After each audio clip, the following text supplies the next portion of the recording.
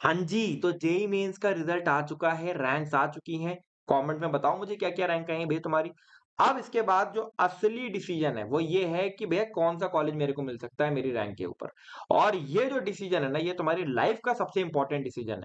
क्योंकि कॉलेज जब मिलता है ना, तो कॉलेज की बहुत सारी छोटी-छोटी फैक्टर्स हैं, वो मैटर करते हैं। जैसे कॉलेज का लोकेशन मैटर करता है, बहुत ज़्यादा मैटर करता है। कॉलेज का पास्ट प्लेसमेंट रिकॉर्ड्स मैटर करते हैं, कॉलेज का कल्चर मैटर करता है, कॉलेज के अंदर एकेडमिक कल्चर कैसा है वो मैटर करता है कि भैया कि एग्जाम्स बहुत टफ तो नहीं होते हैं, ठीक है? बार-बार ऐसा तो नहीं होता है कि प्रोफेसर्स बहुत हार्श हैं बच्चों के ऊपर। तो ये छोटी-छोटी चीज़ें मैटर करती हैं और ये सब कुछ भाई मैं आपको गाइड करने वाला हूँ, ठीक है? इस चैनल के ऊपर भी करूँगा और मेरा एक दूसरा चैनल है कॉलेज वाले भैया नाम से, तो आप उसको भी सब्सक्राइब करके रख लो, उसपे तो मैं बहुत डिटेल में करने वाला हूँ। अब देखो इस वीडियो में मैं डिस्कस करूँगा कि भई आपको क्या-क्या आपके पास अब आगे ऑप्शंस हैं। मैं मोटे-मोटे डिस्कस करूँगा, फिर मैं एक डिटेल्ड वीडियो भी बनाने वाला हूँ उस चीज़ के ऊपर कि आपको आपकी रैंक के ऊपर कौन-कौन से कॉलेजेस मिल सकते हैं। तो एक-एक करके डिस्कशन करते हैं, ठीक है? देखो 50,000 के अंदर रैंक आई है, 50,000 से 1 लाख आई है, 1 लाख से 2 लाख आई है और 2 लाख से ऊपर आई है। हर रैंक पर कॉलेजेस मिलते हैं, 2 लाख से ऊपर भी मिलते हैं। बच्चों को नहीं पता होते बट हाँ, मिलते हैं। अब एक-एक करके डिस्कशन चालू करते हैं। देखो आपके पास क्या-क्या ऑप्शंस हैं। देखो सबसे पहले तो एनआईटीज़ और ट्रिपल आईटीज़ के ऑप्शन है। जिनकी भी रैंक 50,000 के अंदर आई है, आपको आराम से एनआईटीज़, ट्रिपल आईटीज़ में एडमिशन मिल सकता है। मैं आपको एक एग्जांपल से समझाता हूँ। जिसकी रैंक भी 50,000 पे भी है मतलब 40 टू 50,000 रैंक भी अगर आपकी आई है, तो मैं आपको 3 ऑप्शन बताता हूँ, ठीक है? एक है एनआईटी जमशेदपुर। एनआईटी जमशेदपुर के अंदर आपको मिलता है प्रोडक्शन और मेटलर्जी ब्रांच जो कि 41 टू 45,000 के बीच में जाता है। ये जो ब्रांच है, इस ब्रांच के अंदर 100% प्लेसमेंट्स हैं, ठीक है? और 8 से 9 लाख का इसका एवरेज पैकेज जाता है हर साल। हर साल पिछले 5 साल का रिकॉर्ड उठा के देख लो। तो इतना बढ़िया ऑप्शन यहाँ पर आपको मिलता है। फिर 50,000 से 1 लाख रैंक के अंदर भी एनआईटीज़ तो नहीं आते हैं, बट फिर जीएफटीआईज़ आते हैं, जीएफटीआईज़ आते हैं, ट्रिपल आईटीज़ आते हैं। ट्रिपल आईटी में मैं आपको 3 ट्रिपल आईटी बताता हूँ। एक ट्रिपल आईटी भागलपुर है, ये आपको 55-60,000 रैंक तक चला जाता है। एक ट्रिपल आईटी ऊना है, जो कि हिमाचल के अंदर है, बहुत सुंदर कॉलेज है ये भी। तो ये भी आपको आराम से मिल जाता है 50,000 60,000 रैंक तक। और एक है ट्रिपल आईआईटी अ, कल्याणी, ये भी आपको आराम से थोड़ा लोअर रैंक पर मिल जाता है। एक आपका ट्रिपल आईटी और आता है, मैं आपको बताता हूँ, उसके बारे में आप रिसर्च करना, ट्रिपल आईटी कोटायाम। ये ट्रिपल आईटी कोट्टायम कुछ सालों में आपको शायद बहुत अच्छे प्लेसमेंट्स देता हुआ दिख सकता है। अभी ये थोड़ा-सा लो रैंक पर भी चला जाता है, लेकिन ये धीरे-धीरे इसका रैंक बढ़ता जाएगा। तो ये ट्रिपल आईटीज़ के ऑप्शन यहाँ पर बन जाते हैं। फिर अगर मैं जीएफटीआईज़ की बात करूँ, तो इंडिया में 3 ही जीएफटीआई हैं, जो कि मतलब मुझे लगता है थोड़ा सही परफ़ॉर्म कर रहे हैं। एक है पैक चंडीगढ़, ठीक है? Punjab engineering college Chandigarh. एक है आपका बिट मेसरा, बीआईटी मेसरा और एक है आपका यूनिवर्सिटी ऑफ हैदराबाद। मुझे ऐसा लगता है कि पीईसी चंडीगढ़ जो कॉलेज है, that is I think better than most of the NITs, लेकिन बच्चों को इसके बारे में पता कम है, तो ये 50,000 से 1 लाख रैंक तक भी चला जाता है। तो एनआईटीज़ और ट्रिपल आईटीज़ के भी बहुत अच्छे ऑप्शंस आपको मिलते हैं। फिर आपके आते हैं नॉर्थ ईस्टर्न एनआईटीज़ या एनआईटी श्रीनगर वगैरह, ये लोअर रैंक पर भी चले जाते हैं। तो इसके अंदर अगर आपको इलेक्ट्रिकल, ईसी, मैकेनिकल जैसी ब्रांचेस भी चाहिए, तो ये 60,000 65,000 तक भी चली जाती है, बट वही बात है, थोड़ा लोकेशन का फैक्टर देखो दिक्कत तो देता है। अगर नॉर्थ ईस्ट एनआईटीज़ की मैं बात करूँगा तो भाई एनआईटी सिलचर खाली एक ऐसा कॉलेज है जो एक्चुअली में बढ़िया है नॉर्थ ईस्ट के अंदर। एनआईटी श्रीनगर अगर आप देखोगे ठीक है, कुछ 1-2 साल उसने अच्छा करा था 2021-22 में, बट उसके बाद में उसका ग्राफ बहुत अच्छा नहीं चला है। ठीक है? तो जो है रियलिटी मैं आपको एज़ इट इज़ बताने की कोशिश करूँगा। फिर उसके बाद देखो आपके पास ऑप्शन है प्राइवेट कॉलेजेस के। अब देखो प्राइवेट कॉलेज में जैसे मैं आपको कुछ कॉलेज बताता हूँ, जो कि मतलब एवरेज पैकेज इनका अच्छा है और आरओआई काफ़ी बढ़िया है, ठीक है? जैसे एक हेरिटेज कॉलेज है कोलकाता का, एक टेक्नो इंडिया यूनिवर्सिटी है कोलकाता की, इसके बारे में बच्चों को पता होता है, वेस्ट बंगाल के बच्चों को, बाहर के बच्चों को कम पता है। ये टेक्नो यूनिवर्सिटी के बारे में थोड़ा-सा बता दूँ, ये तो डायरेक्ट एडमिशन लेता है, ठीक है? तो ये यहाँ पर आप अप्लाई कर सकते हो, उनकी वेबसाइट पे जाकर आप चेकआउट कर सकते हो। फिर और जैसे कॉलेज है, एक आईईएम कॉलेज है, अनुराग यूनिवर्सिटी है, एसीएस कॉलेज है, ये वो कॉलेजेस हैं जिनका आरओआई ठीक-ठाक है। अब आरओआई इसलिए भी ठीक-ठाक है क्योंकि फीस भी कम है। फीस भी कम है तो प्लेसमेंट भी कम है, तो मतलब आरओआई ठीक-ठाक है। लेकिन और जैसे कॉलेजेस हैं, जैसे आप सुनते होंगे एलपीयू है, ठीक है? एक कॉलेज है आपका थापर, ठीक है? एक कॉलेज है आपका एमिटी नोएडा, एक कॉलेज है आपका चंडीगढ़ यूनिवर्सिटी, ठीक है? एक कॉलेज है आपके मतलब ये जो प्राइवेट कॉलेजेस आप सुनते होंगे मेनली ना, इसमें जो अगर आप देखोगे तो इसमें सबसे बढ़िया ऑप्शन मेरे हिसाब से थापर का ऑप्शन है क्योंकि ये भी 1 लाख 2 लाख रैंक तक मिलता है और ये 12th के मार्क्स भी मतलब एक्सेप्ट कर लेता है और जेईई मेंस की रैंक वगैरह भी एक्सेप्ट कर लेता है। इसकी काउंसलिंग में आप बैठ सकते हो बट ये सारे महँगे कॉलेजेस इन सब में अच्छी खासी फीस है, महँगे कॉलेजेस हैं और इन सब की अगर सच्चाई बताऊँ तो इसमें बहुत सारे बच्चे हैं और बहुत सारे बच्चे होते हैं तो भाई ऑब्वियस सी बात है 4,000 5,000 10,000 बच्चे होंगे तो आप उतने बच्चों पे पर्सनल अटेंशन नहीं मिल पाता है भाई, उतने बच्चों को पे पैकेजेस मिलना ईज़ी नहीं है। फिर इसके बाद देखो अब प्राइवेट कॉलेज की तरफ अगर आप जा रहे हो, ठीक है? तो उससे बेटर ऑप्शन रहता है हमेशा न्यू एज कॉलेजेस की तरफ जाना। तो जहाँ तक न्यू एज कॉलेजेस की बात है, तो न्यू एज कॉलेजेस में जो मुझे लगता है कि इंडिया का बेस्ट न्यू एज कॉलेज है, that is scalar School of technology, जो कि बैंगलोर पे बेस्ड है और ये मतलब बेस्ट है। इस पूरे के पूरे जॉनर का एक बेस्ट कॉलेज है। मैं आपको बताता हूँ क्यों। यहाँ पर आपको 4 साल का यूजी प्रोग्राम मिलता है कंप्यूटर साइंस एंड एआई में। इसके बारे में आपने बहुत सुना होगा स्केलर के बारे में।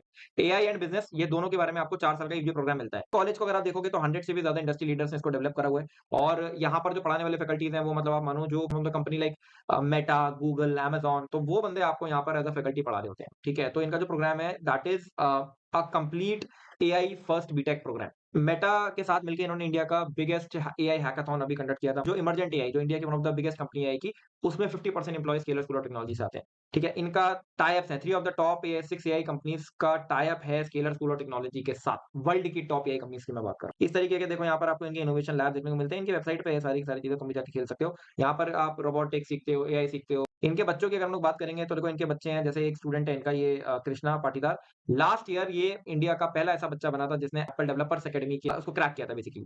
तो एप्पल डेवलपर्स अकेडमी को क्रैक करने वाले इस साल तो 5 बच्चों ने क्रैक किया है। वो स्किलर स्कूल ऑफ टेक्नोलॉजी के ही हैं बच्चे। और अभी ये एक स्टूडेंट है जिसने Samsung solve for tomorrow second year में क्रैक किया। This is I think a kind of a hackathon. इसके अंदर एक प्रोडक्ट इन्होंने बिल्ड करा था एआई क्लासेस, जो कि स्केलर के ही लैब में बिल्ड हुआ था और 25 लाख रुपए की ग्रांट भी इनको मिली थी। और अगर हम लोग इनके इंटर्नशिप की अगर हम लोग बात करेंगे तो इंटर्नशिप में भी यार 2 लाख रुपए पर मंथ के स्टाइपेंड की हाईएस्ट इंटर्नशिप गई हुई है। और एवरेज स्टाइपेंड की तो 31,000 पर मंथ का एवरेज स्टाइपेंड यहाँ पर देखने को मिलता है। इतनी की तो नौकरी ना लगती, इतना स्टाइपेंड लग जा रहा है इनका इंटर्नशिप में। ग्लोबल इंटर्नशिप करते हैं बच्चे सिंगापुर, जर्मनी जैसे कंट्रीज के अंदर यहाँ पर। अब इसके लिए क्या करना होता है, इसके लिए आपको ना एनएसईटी नाम से एक एग्जाम होता है, ये आपको देना होता है। तो ये एग्जाम की जो लास्ट डेट है वो 24 अप्रैल है। ये मैं आपको कूपन कोड दे रहा हूँ, उनका फॉर्म वैसे 1000 रुपए का है और ये कूपन कोड आप लगाओगे तो वो मात्र 500 रुपए का हो जाएगा। तो आई थिंक इंडिया का बेस्ट एआई कॉलेज है, नेक्स्ट जेन कॉलेज है, तो इसमें तो आपको इसको जरूर फिल करना चाहिए। तो डिस्क्रिप्शन में लिंक मिल जाएगी, प्लीज जाके इसको फिल कर देना। इसका आपने फॉर्म भर दिया, ठीक है। अब हमारे पास आते हैं दिल्ली के कॉलेजेस। इसके ऊपर मैं डिटेल वीडियो भी बनाऊंगा अभी। दिल्ली के कॉलेजेस, यूपी के कॉलेजेस, एमपी के कॉलेजेस, सबके ऊपर मैं डिटेल वीडियो भी बनाऊंगा, डोंट वरी। कल ही, कल परसों में आ जाएगी वीडियो। दिल्ली के कॉलेजेस की अगर मैं बात करूंगा तो दिल्ली में आपके दो टाइप के कॉलेजेस हैं, ठीक है। दो टाइप की काउंसलिंग होती है दिल्ली में, मोटी मोटी। पहली तो होती है जेएसी काउंसलिंग, जैक दिल्ली की काउंसलिंग, ठीक है। अब जैक दिल्ली की काउंसलिंग में जो दिल्ली के मतलब जिनका दिल्ली का होम स्टेट है, ठीक है, उनको बड़ा फायदा होता है। एक बार आप जाके खुद रिसर्च कर लेना इसके बारे में, मुझे आइडिया थोड़ा हल्का सा कम है बट मेरे को शायद पता है।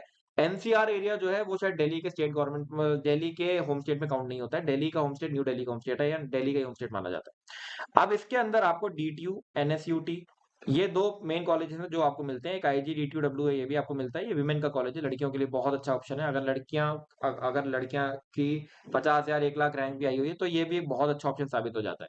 DTU NSUT 1 lakh 2 lakh rank तक भी चले जाते हैं, बट ये तब जाते हैं जब आपका दिल्ली कोटा है। अगर आप दिल्ली के आउटसाइड दिल्ली की बात करते हो तो ये 50-60,000 70,000 तक मैक्सिमम बंद हो जाता है।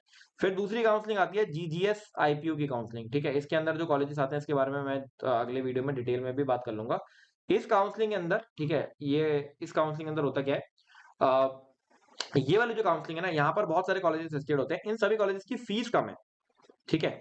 फीस थोड़ी सी कम है एज कम्पेयर टू मतलब ये वाले कॉलेजेस। और यहाँ के प्लेसमेंट्स भी उतने बढ़िया नहीं है जितने ये एडी टू एनएसयूटी के है। बट ये कॉलेजेस, जीजीएस आईपीयू की काउंसलिंग वाले कॉलेजेस 2 लाख 3 लाख 4 लाख रैंक तक, 5 लाख रैंक तक भी आपको आराम से मिल जाते हैं। तो ये भी एक अच्छा ऑप्शन है। अब ये ऑप्शन इसलिए अच्छा हो जाता है because of the location factor. भाई जितने भी आप देखते होगे ऑफिस हैं, जितने भी बड़े बड़े कंपनीज के मतलब हेडक्वार्टर्स हैं, वो सारे के सारे दिल्ली में या बैंगलोर में या एनसीआर एरिया में। तो वो आपको हमेशा ही एक एडवांटेज देता ही देता है, ठीक है। इसके बाद अगर आपकी रैंक देखो बहुत ज्यादा नीचे आ गई, जैसे 3 लाख से 9 लाख के बीच में रैंक आ गई और आपको बीटेक डिग्री करनी है, तो मैं आपको जैसे रिकमेंड कर सकता हूँ, यूपी के कॉलेजेस आपको मिल सकते हैं, एमपी के कॉलेजेस आपको मिल सकते हैं। यूपी और एमपी के कॉलेजेस जैसे क्या होते हैं भैया, देखो समझो। यूपी के अंदर क्या है, यूपी के अंदर आप जेई मेंस की काउंसलिंग के थ्रू स्टेट के कॉलेजेस फिल कर सकते हो। इसमें कई सारे कॉलेज मिलते हैं, आईआईटी लखनऊ मिलता है इसमें, ठीक है। इसमें केएनआईटी सुल्तानपुर करके कॉलेज है वो मिलता है, ठीक है। इसमें बीआईटी, ये रांची वगैरह के कॉलेज, ये केएनआईटी सुल्तानपुर वगैरह मिल जाता है आपको। तो ये सारे के सारे कॉलेजेस आपको यहाँ पर मिल जाते हैं। इसके अलावा यहाँ पे राजकीय कॉलेजेस वगैरह भी मिलते हैं। अब देखो मेरे बात समझना, ये आईआईटी केएनआईटी ये सारे जो कॉलेजेस हैं आपके, ये कॉलेजेस के बारे में इनके प्लेसमेंट बहुत अच्छे नहीं रहते, मैं आपको पहले बताता हूँ।